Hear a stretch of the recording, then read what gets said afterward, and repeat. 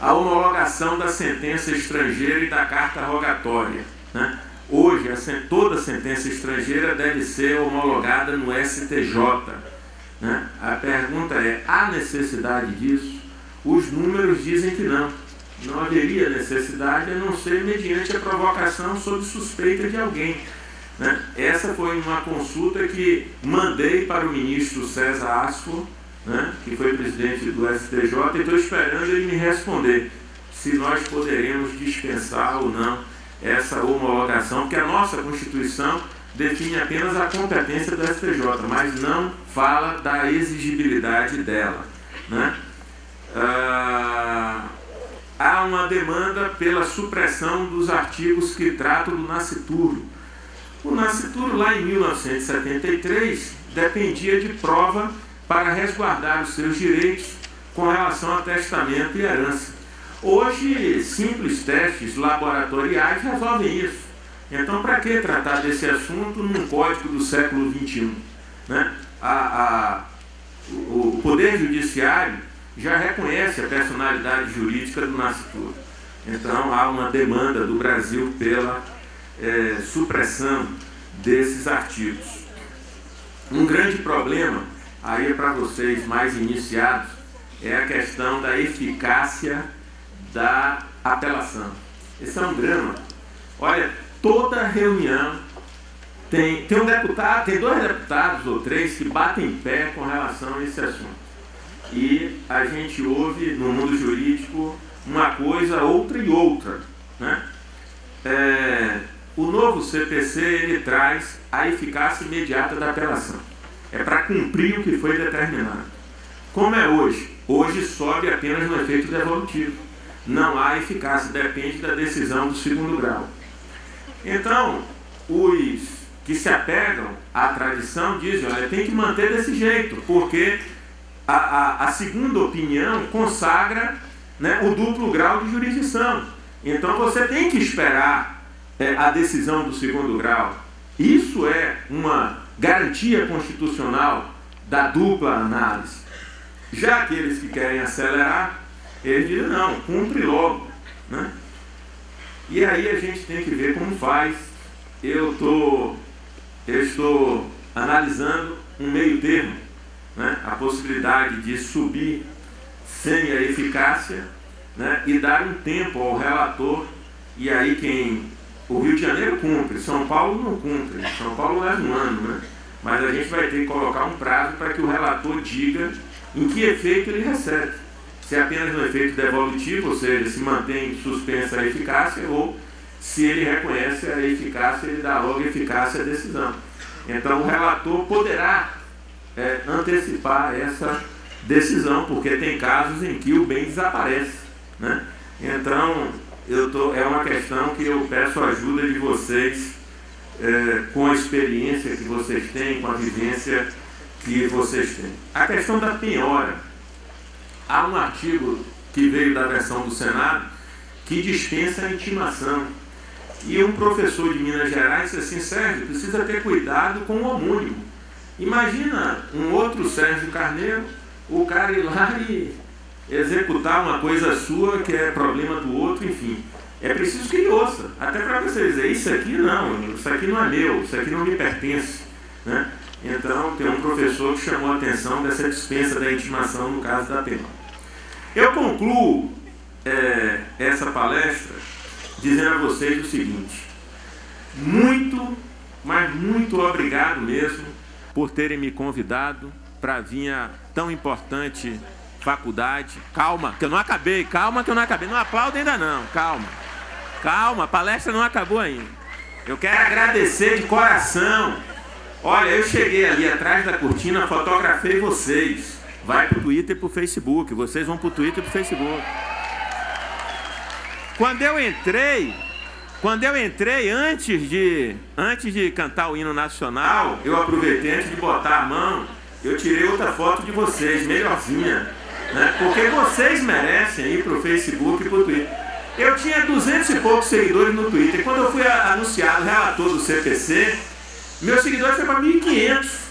E aí, alguns deles criaram o tag Jogo da Velha no CPC. Tudo que eu falo de CPC, aí jogo nesse tag e tem uma comunidade aí de CPC. Então eu tenho que mostrar que vocês vieram aqui prestigiar, não a mim, mas o assunto, né, que interessa a todos vocês, porque, como disse, é o principal código, são as regras pelas quais nós vamos à justiça pleitear ou nos defender. Mas eu quero concluir dizendo a vocês duas coisas.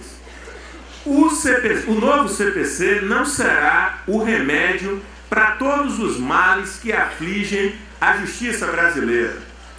O novo CPC precisará que o poder judiciário no Brasil seja repensado. Nós não podemos pensar que a nossa capacidade de pagar impostos vai aumentar ao ponto de que nós possamos pagar mais juízes e mais serventuários. Quem é do Poder Judiciário aqui tem que ajudar a repensar o Poder Judiciário brasileiro com essa quantidade de juízes que está aí, essa quantidade de serventuários, adaptá-lo ao processo eletrônico, né? Criar os meios competentes de gestão e adaptação para colaborar com a celeridade do processo. Não adianta a gente ter um processo eletrônico se você não tiver o serventuário que hoje amarra de barbante os autos e que amanhã precisa na tela do computador fazer a movimentação processual. Então quem é do Poder Judiciário aqui precisa nos ajudar a repensar esse poder com esses recursos materiais, físicos, financeiros, recursos humanos que aí estão. Se a gente conseguir melhorar, é outra coisa, ótimo. Se nós pudermos contratar mais juízes, ótimo. Se puder contratar mais serventuários, ótimo. Se puder aumentar o salário dele, ótimo.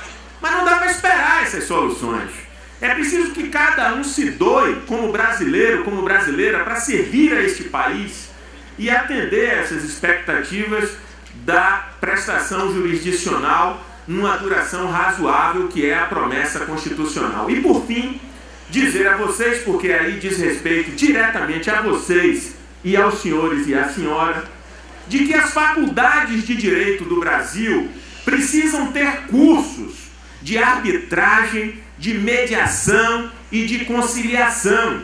Nós precisamos formar uma geração de operadores do direito voltados culturalmente para a mediação, para a conciliação e para a arbitragem, né? Porque o acordo faz coisa julgada, e não para a beligerância e para a litigância. Não está escrito em nenhum lugar do mundo, do Brasil, que o advogado é obrigado a usar todos os recursos previstos no CPC. Nenhum lugar, nenhum lugar.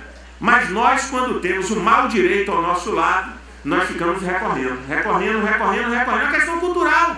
É uma questão cultural. E essa demora só prejudica normalmente o autor, que é quem tem razão. Normalmente é quem tem razão.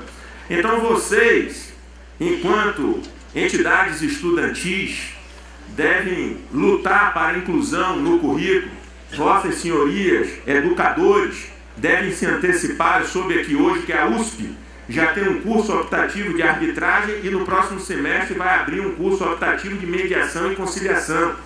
A Uninove, com o prestígio que tem, deste tamanho, com o corpo técnico qualificado que tem, a direção qualificada que tem que pensar isso também.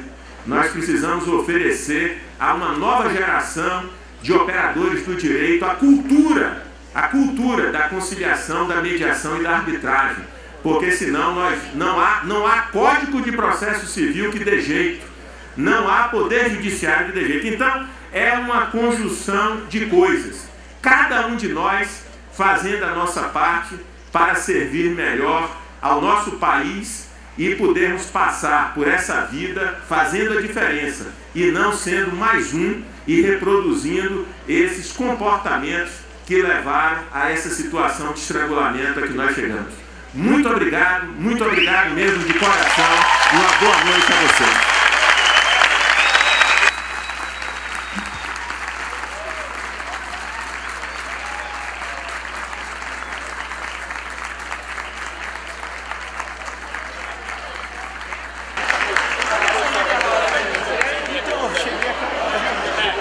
Pessoal, só um minutinho antes do encerramento, vou passar a palavra ao professor Jackson. Pessoal, boa noite. Primeiro eu quero agradecer a presença do professor Sérgio Barradas aqui na nossa unidade. com muita satisfação que o recebemos aqui e sabemos que nós da Uninove temos já essa predileção pela mediação, pela conciliação e pela arbitragem com a instituição do AAJ, que é a Unidade de Atendimento da Vergueiro, né? E lá nós fazemos a conciliação, professor Sérgio, pré-processual, né? Então nossos alunos já têm a oportunidade de trabalhar com a conciliação e com a mediação. E na unidade de Santo Amaro nós teremos também uma unidade de atendimento voltada à conciliação.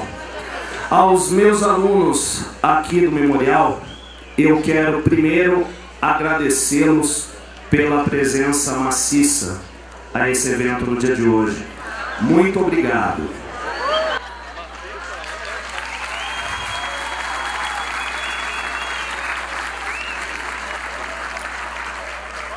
Em razão dessa presença maciça e até para que nós não tenhamos um tumulto no cotejo da presença, eu vou dispensar os professores de fazer esse cotejo no dia de hoje, ok?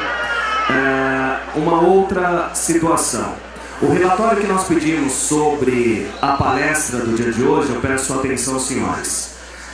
Eu encaminharei aos representantes de classe um roteiro com os questionamentos que devem ser respondidos. Diante da brilhante palestra do professor Sérgio, nós temos aqui alguns assuntos que podem ser tratados, desde a ciência política até a mediação e arbitragem. Então, juntamente com os professores, nós vamos elaborar algumas questões que deverão ser respondidas. Então, os representantes receberão pontualmente, né? Pessoal de primeiro, segundo, terceiro e quarto. Primeiro e segundo, que ainda não tem processo civil, receberá um direcionamento para esse relatório, e o pessoal de terceiro a décimo também receberá esse relatório, esse roteiro, para que vocês possam seguir e entregar o relatório na próxima sexta-feira. Tá ok? Muito obrigado. Não esqueçam que amanhã nós temos jogos jurídicos. Eu vou pedir aos senhores do Memorial que fiquem. Vamos receber os nossos amigos das unidades da Vila Maria, de Santo Amaro e da Vergueiro com muita educação, porque nós temos educação. Então, eu vou pedir aos senhores que se estabeleçam ao fundo do auditório. Sim. Deixem o meio para frente para as demais unidades. Vocês vão ficar no fundo e não vai ter ninguém na frente de vocês. Simplesmente isso, porque eu tenho certeza que o Tetra é nosso. Boa noite, senhores.